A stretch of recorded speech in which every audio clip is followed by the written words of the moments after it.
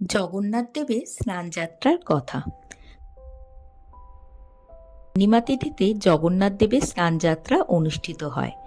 বলা হয় এই তিথিতেই জগন্নাথ দেব আবির্ভূত হয়েছিলেন। এই দিন 108 ঘড়া জলে জগন্নাথ দেব, বলভদ্র দেব ও দেবী সুভদ্রাকে স্নান করানো হয়। এই স্নানযাত্রা সহস্রধারা স্নান নামেও কিন্তু পরিচিত। এই স্নানযাত্রার পরবর্তী 15 দিন অবধি অসুস্থ লীলা করেন জগন্নাথ দেব। বলা হয় স্নানের পরই প্রভুর জ্বর আসে এবং জগন্নাথ দেবকে সুস্থ করার জন্য বিশেষ বৈদ্যকে পর্যন্ত আনা হয়। এই সময় ভক্তদের জগন্নাথ দেব কিন্তু দর্শন দেন না, এমনকি এই সময় তাকে 56 ভোগও কিন্তু নিবেদন করা হয় না। পরিবর্তে বিভিন্ন পাচন সেবন করানো হয়।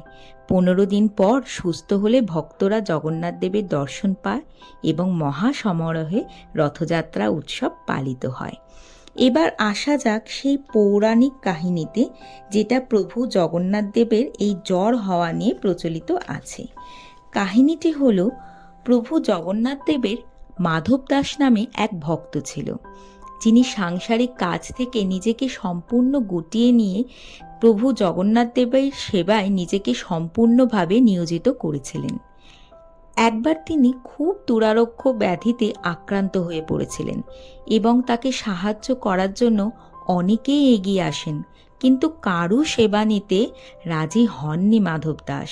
তার মনের বিশ্বাস ছিল যে পরম আরাধ্য জগন্নাথ দেবই তাকে রক্ষা করবেন, তিনিই আসবেন।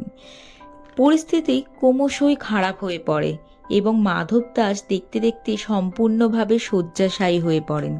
কিন্তু এই অবস্থাতেও তিনি জগন্নাথ দেবের ভক্তিতে অবিচল ছিলেন এবং ভক্তের এই আকুতিতেই সাড়া দেন জগন্নাথ দেব।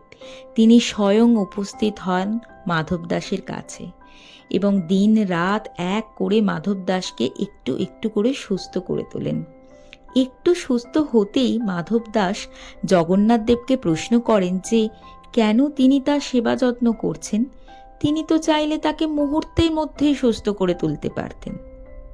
উত্তরে জগন্নাথ দেব বলেন, প্রতিটা মানুষকে নিজের ভাগের কষ্ট ভোগ করতে হয়, এটাই নিয়ম। তাই মাধব দাসও সেই কষ্ট ভোগ করছেন।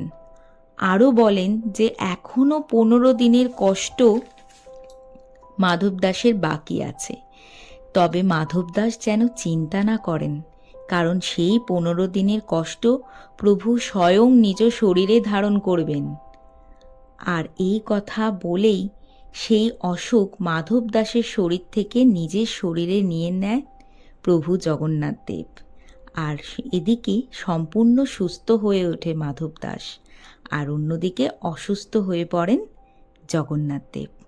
এখনও প্রতি বছর এই 15 দিন মাধব দাসের অসুখেই কিন্তু ভোগেন জগন্নাথ দেব।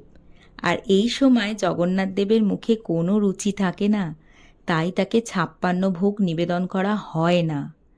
এই সময় তাকে আয়ুর্বেদিক পাচন বা ঔষধ নিবেদন করা হয় এবং প্রাকৃতিক জিনিস দিয়ে তৈরি শীতল প্রলেপ লাগানো হয় মূর্তিতে।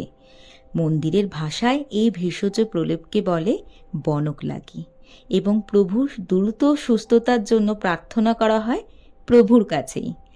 আর এর 15 দিন পরই জগন্নাথ দেব সম্পূর্ণ সুস্থ হয়ে রথযাত্রা উৎসবের মাধ্যমে সমস্ত ভক্তকে দর্শন দেয়। এই হলো জগন্নাথ দেবের স্নানযাত্রার কথা। অনেক দিন আগে আমার চ্যানেলে একটা কমিউনিটি পোস্টে আমি একটা মতামত জানতে চেয়েছিলাম যে ধর্মীয় ব্লগ চ্যানেলে পোস্ট করব কিনা। তোমরা কিন্তু 50%ই বলেছিলে পোস্ট করার জন্য।